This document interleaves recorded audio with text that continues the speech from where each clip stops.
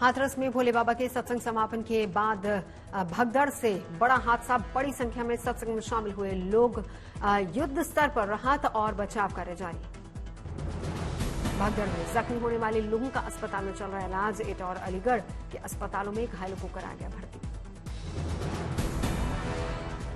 हाथरस हादसे पर सीएम योगी आदित्यनाथ की बनी हुई है नजर। वरिष्ठ अधिकारियों के साथ सीएम आवास पर बैठक। कहा घटना का कोई भी हो बचेगा, घटना का जिम्मेदार कोई भी हो बचेगा नहीं।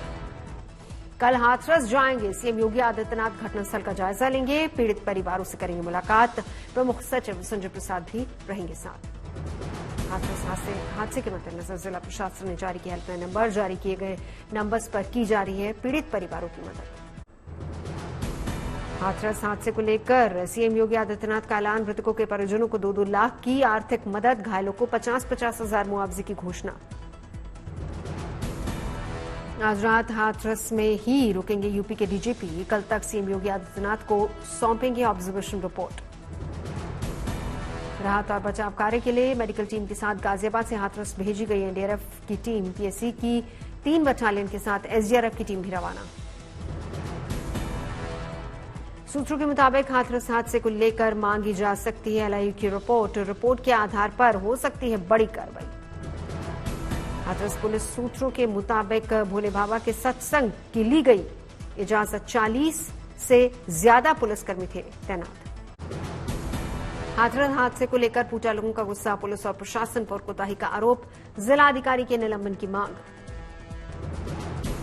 हाथरस हादसे को लेकर संसद में प्रधानमंत्री नरेंद्र मोदी ने जताया दुख। हर संभव मदद का भरोसा दिया। पीएम राहत कोष से मृतकों के परिजनों को 2-2 लाख, घायलों को 50-50 हजार की आर्थिक मदद का ऐलान। गृह मंत्री अमित शाह ने सीएम योगी आदित्यनाथ से बात की। हाथरस हादसे को लेकर ली जानकारी।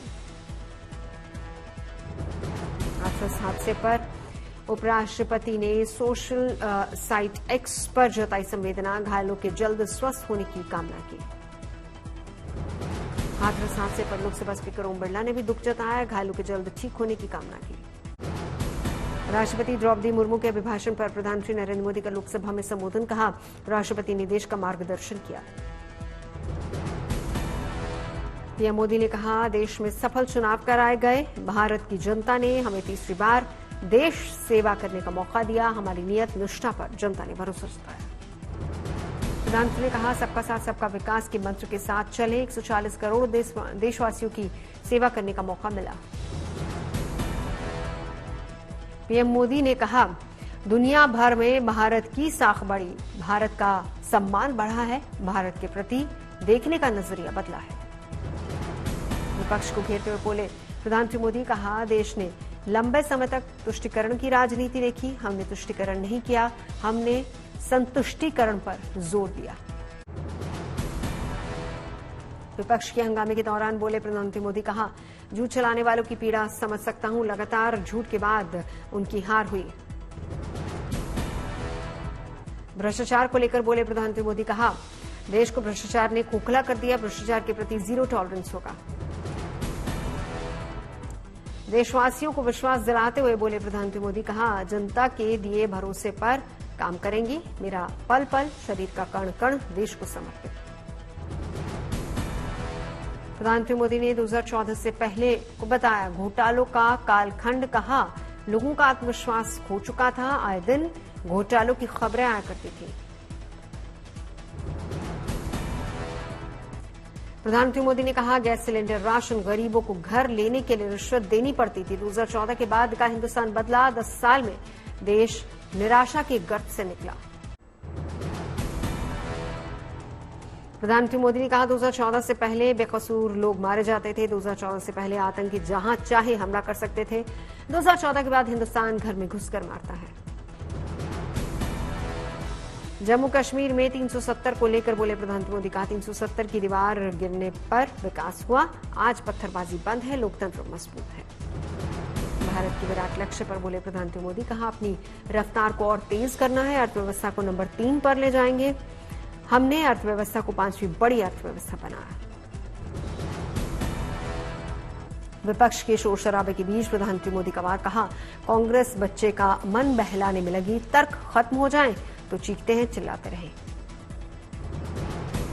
प्रधानमंत्री मोदी का कांग्रेस पर तंज, कहा 2024 से कांग्रेस पर जीवी पार्टी जानी जाएगी। कांग्रेस ने फेल होने का वर्ल्ड रिकॉर्ड बना दिया।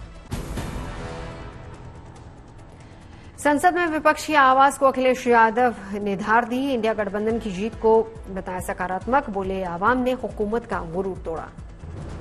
अखिलेश यादव ने सरकार पर साधा निशाना, कहा जनता कह रही है सरकार चलने वाली नहीं है, ये गिरने वाली है। अखिलेश यादव ने ईवीएम पर दिया बड़ा बयान, कहा यूपी की 80 सीटें जीत जाऊं तो भी ईवीएम पर भरोसा नहीं करूंगा, बैलेट वोटिंग की मांग की। अखिलेश ने कहा सरकार ने नौकरी और आरक्षण के साथ जानबूझकर खिलवाड़ किया। यूपी में लगभग हर परीक्षा का पेपर लीक हुआ। अखिलेश यादव ने कहा यह देश किसी व्यक्तिगत आकांक्षा से नहीं चलेगा। जनता ने दिया संदेश, किसी की मनमर्जी नहीं, अब जनमर्जी चलेगी। अखिलेश यादव ने अयोध्या में बीजेपी का हार का जिक्र किया, कहा वही जो राम रची राखा का सातंज जो किसी को लाने का दावा कर रहे थे, उन्होंने उन्हें ही बनाया लाचार। वही जो राम रची राखा, ये है उसका फैसला जिसकी लाठी में नहीं होती आवाज।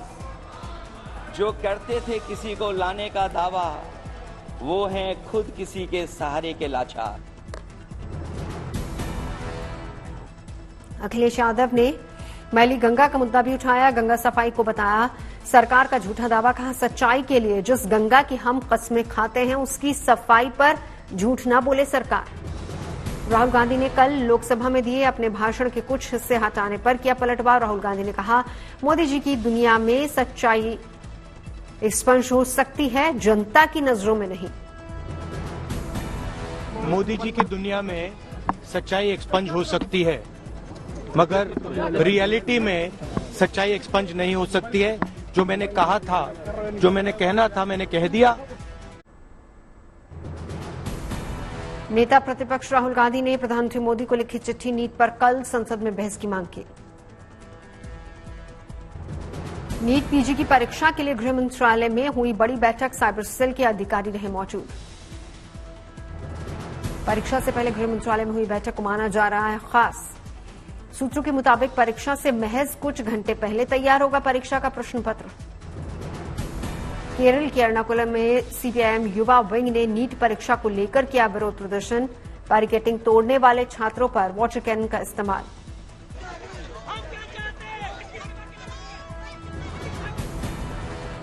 नीट के नतीजों को केवाईएस के सदस्यों का हल्ला बोल। संसद घेराव पर अड़े छात्र छात्राओं को पुलिस ने रोका। स्टूडेंट ने नीट बैन के साथ नो पेपर लीक की उठाई मांग।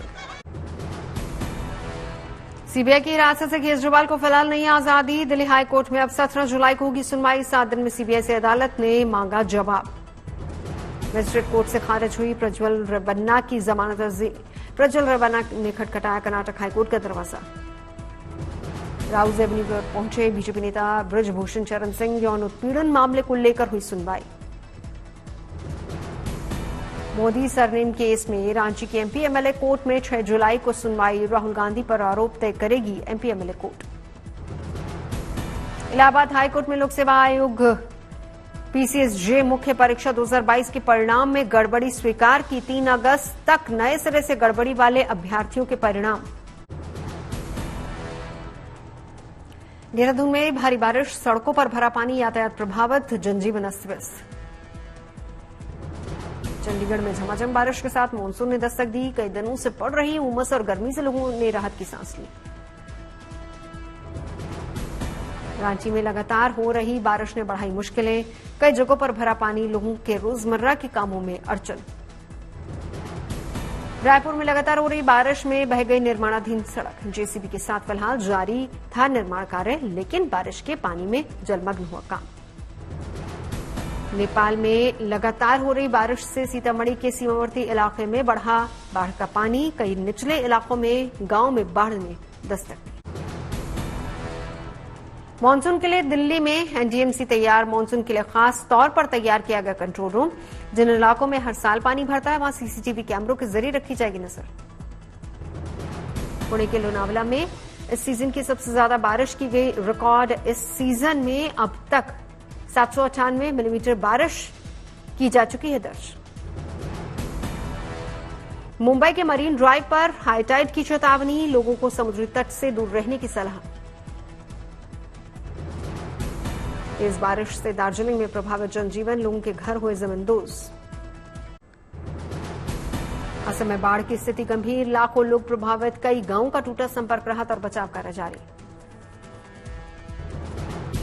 गुजरात के जूनागढ़ में बाढ़ के हालात गंभीर, घरों से लेकर खेतों तक में घुसा पानी। पिछले 2 दिन में 16 इंच से ज्यादा बारिश के कारण बनी बाढ़ की स्थिति। गुजरात के अमरेली में बारिश से जनजीवन बेहाल, लगातार हो रही बरसात के कारण कई गांवों में बह गई सड़कें, टूटा संपर्क।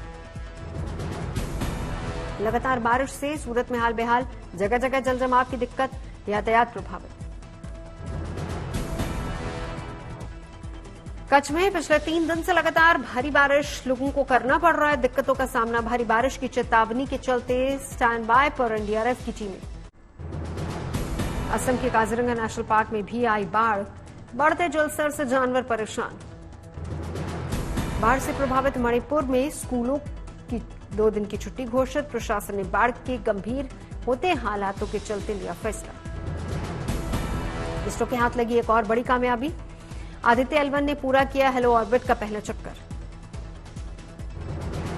शाहरुख खान ने ग्लोबल आइकन के तौर पर बनाई पहचान। 77वें लोकार्नो फिल्म फेस्टिवल में प्रतिष्ठित पाडोवाला कैरियर अस्कोना लोकार्नो टूरिज्म से सम्मानित किया जाएगा। बारामूला में बड़ा आतंकी हमला नाकाम, भारी गोला बारूद की बरामदगी के साथ एक संदिग्ध गिरफ्तार। करगिल युद्ध के शहीदों को याद करते हुए बाइक रैली का किया गया आयोजन। विजय दिवस के 25 साल पूरे होने पर जश्न। तिरुपति के बालाजी मंदिर पहुंची भारतीय महिला क्रिकेटर स्मृति मंधाना, विधि विधान से की पूजा अर्चना। लखनऊ में सीएम योगी आदित्यनाथ से मिले ट्रेनी आईएएस ऑफिसर्स, मुख्यमंत्री ने आम लोगों की समस्याओं को प्राथमिकता से हल करने की दी सीख। उत्तर प्रदेश में एक क्लिक पर उपलब्ध होगी राज्य के सभी धार्मिक स्थलों की जानकारी। धार्मिक और आध्यात्मिक पर्यटन को बढ़ावा देना है मकसद। उत्तर प्रदेश में 7 साल से ज्यादा उम्र के पुजारियों और पुरोहितों को सरकार देगी ऑनरेरियम। प्रदेश पुरोहित कल्याण बोर्ड के जरिए होगी ये मदद। गोवा के मुख्यमंत्री प्रमोद सावंत ने पंढरपुर वारी को दिखाई हरी झंडी। पारंपरिक तरीके से हुई शुरुआत, बोले टेरी के 50 साल पूरे होने पर गोवा मना रहा जश्न।